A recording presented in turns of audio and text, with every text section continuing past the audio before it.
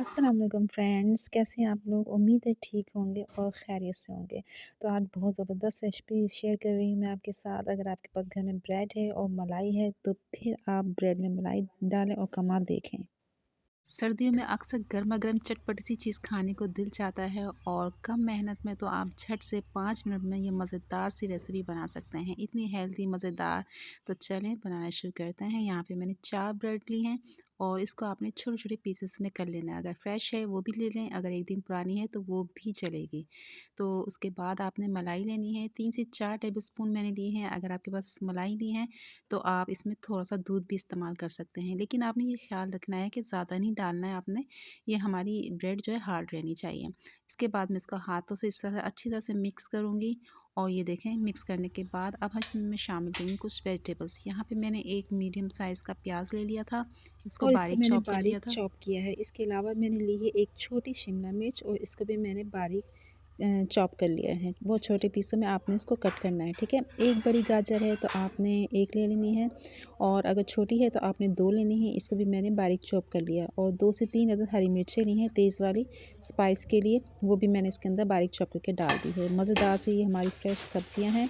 और अब इसमें जाएंगे थोड़े से स्पाइसेस। यहाँ पे मैंने इसमें डालूँगी 2 चम्मच मैंने मैदा डाल दिया है भर के। मैदे से इसमें बड़ी अच्छी सी बाइंडिंग आएगी, तो आपने 2 चम्मच लेना है। और स्पाइसेस में इसमें मैं शामिल करूँगी 1 टीस्पून कुटी हुई लाल मिर्चें। मिर्चें जो है अपने टेस्ट के हिसाब से डाल दीजिएगा, कम या ज़्यादा। इसमें थोड़ा सी स्पाइसी बनाए तो मज़ा भी आएगा। और हाफ़ टी स्पून इसमें मैंने पिसी हुई लाल मिर्च ऐड कर दी है। 1 टीस्पून मैंने डाल दिया है इसमें नमक का और 1 टीस्पून लिया है मैंने चाट मसाला। इसके अलावा इसमें मैं डाल दूँगी काली मिर्चें हाफ़ टी स्पून।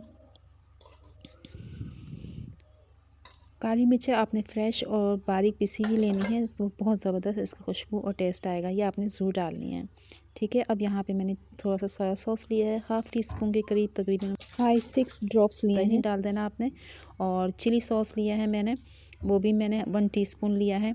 और थोड़ी सी बंद गोभी थी मेरे पास कटी हुई, ये मैंने इसके अंदर डाल दी है। अच्छी से क्रंची से इसमें टेस्ट आ जाएगा, ज़्यादा नहीं ली है मैंने। अब हमने इसको अच्छी तरह से मिक्स करना है। आपने इसको अच्छी तरह से मिक्स कर लेना है ताकि वेजिटेबल और जितनी भी हमने ब्रेड वगैरह डाले हैं और इसमें जो स्पाइसेस हैं वो अच्छी तरह से मिक्स हो जाएं, कहीं कम या ज़्यादा ना हो। तो इसलिए अपनी मिक्सिंग जो है इसकी बहुत अच्छी तरीके से करनी है। तो ये देखें कितना ज़बरदस्त सा हमारा ये मिक्सचर तैयार हो गया है और बिल्कुल भी पतला नहीं है। इसीलिए मैंने आपसे कहा था, आपने ध्यान रखना है कि इसमें आपने अगर मलाई या दूध इस्तेमाल कर रहे हैं इतनी ही करनी है कि हमारी जो ब्रेड है ना वो नरम हो जाए। ये देखें कितनी ज़बरदस्त सा ये हमारा बैटर रेडी है। ये इतनी सिंपल और आसान सी रेसिपी है, यकीन करें 5 मिनट में तैयार हो जाती है और बिल्कुल भी टाइम नहीं लगता। आजकल का मौसम है, सब फ्रेश सब्जियां आई हुई हैं, तो ये ज़रूर ट्राई कीजिएगा आप। अब यहाँ पे मैंने 2 चम्मच चावल का आटा लिया है। अगर आपके पास चावल का आटा नहीं है तो आप 2 चम्मच सूजी भी इसमें डाल सकते हैं। इससे ये बहुत क्रिस्पी हो जाएंगे हमारे स्नैक्स और बहुत मज़े के बनेंगे। चले अब चावल का ये मैंने आटा डाल दिया है, तो अब इसको भी डाल के इससे मिक्सिंग कर लेते हैं। इससे भी हमारी बाइंडिंग बड़ी ज़बरदस्ती हो जाएगी। तो मिक्सिंग आपने अच्छी तरीके से करनी है और ना इसमें हमने अंडा डाला है, ना ही हमने इसमें दही डाली है, कुछ भी नहीं डाला। बस ना इसकी हम कोई कोटिंग करेंगे। इतनी से आसानी से झटपट बन जाने वाली रेसिपी है। तो चलें ये बैटर हमारा रेडी हो गया, इसको एक साइड पे रखते हैं। अब यहाँ पे लिया है मैंने एक शॉपर, ये देखें। इसकी आप कोई भी शेप दे सकते हैं, लेकिन मैं आपको एक बहुत ज़बरदस्त सा तरीका बता रही हूँ। शॉपर को आपने ऑयल लगा लेना है, ठीक है, अच्छी तरह से।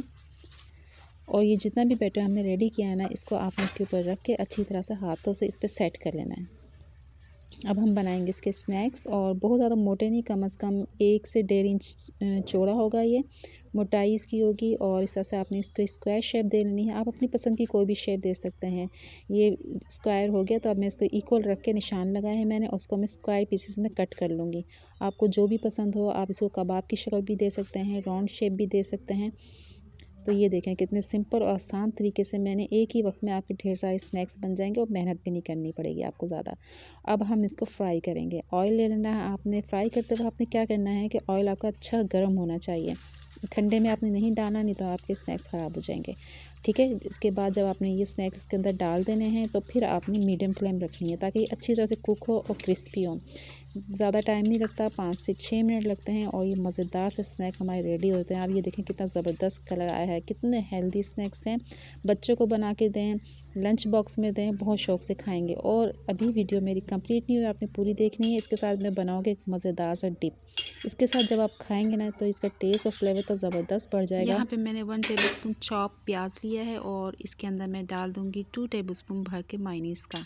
मायोनीज़ इसमें आपने ज़्यादा लेना है, अपनी पसंद का आप कोई भी मायोनीज़ ले सकते हैं। और इसके अंदर मैं ऐड करूँगी केचप। केचप कोई सी भी फ्लेवर का आप ले सकते हैं, गार्लिक हो तो इसका और भी ज़्यादा अच्छा फ्लेवर आएगा। थोड़ी सी मैंने इसमें डाल दी है काली मिर्चें और इसको करेंगे हम अच्छी तरह से मिक्स। ये मज़ेदार सी हमारी डिप रेडी हो गई है। मुझे थोड़ा सा इसमें केचप कम लग रहा है तो और जाएगा इसमें थोड़ा सा। और इसको आप इसके साथ सर्व करें, यकीन करें बहुत मज़े के लगते हैं। झटपट से ये रेडी हो जाती है, इतनी ज़बरदस्त ये डिप है और इसके साथ जब आप इसको खाएंगे आपको बहुत मज़ा आएगा। अभी मैं आपको इसको तोड़ के दिखाती हूँ, चेक कराती हूँ कितने मज़े के क्रिस्पी बने हैं। ये देखें ज़बरदस्त से और कितने झटपट तैयार हुए हैं। बाहर से क्रिस्पी और अंदर से सॉफ्ट। आप इसको ज़रूर ट्राई कीजिएगा, आपको बहुत पसंद आएगा। कमेंट करके ज़रूर बताइएगा आपको मेरी ये रेसिपी कैसी लगी है। अगर अच्छी लगे तो लाइक ज़रूर कीजिएगा। फिर मिलेंगे इंशाल्लाह किसी अच्छी रेसिपी के साथ, तब तक के लिए अल्लाह हाफ़िज़।